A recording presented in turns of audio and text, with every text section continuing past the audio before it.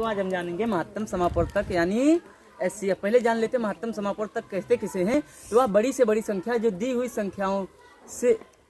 संख्याओं को पूरी विभाजित कर दे उसे महत्तम समापवर्तक कहते हैं। तो चलिए कुछ संख्याओं का हम एचसीएफ निकालते हैं, जैसे 3, 6 और 12। सबसे पहले इसका हम एचसीएफ निकालते हैं। तो पहले देखते हैं 3 किसके किसके पहाड़े में आता है।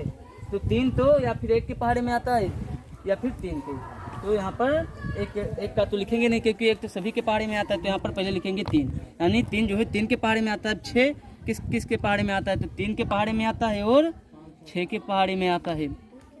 अब 12 किसके पहाड़े में आता है, तो 12 3 के पहाड़े में आता है, 6 के पहाड़े में आता है और 12 के पहाड़े में आता है। अब देखते हैं इनमें से कॉमन कौन है। कॉमन 12 में तो 1 है, 6 में 2 है, यानी 3 ही एक ऐसी संख्या है जो कॉमन है। यानी 3 में हमारा जो 3 है ऐसी यही संख्या है जिससे तीनों संख्याएं विभाजित हो जाती हैं। तो यानी 3, 6 और 12 का एचसीएफ हमारा 3 हो जाएगा। अब संख्याओं से हम इसे देखते हैं। अब हम 5, 10 और 15 का एचसीएफ निकालते हैं। तो पहले देखते हैं कि 5, 10 और 15 किन किन के पहाड़ों में आता है।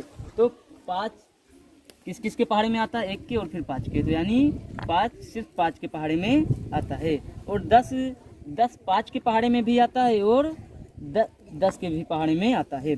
अब 15 हमारे 5 के पहाड़े में आता है और फिर सीधे 15 के पहाड़े में आता है। तो इनमें देखेंगे कॉमन कौन सा है।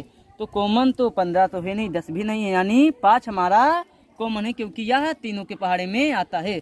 तो मतलब 5, 10 और 15 का एचसीएफ हमारा क्या हो जाएगा, संख्या 5 हो जाएगा।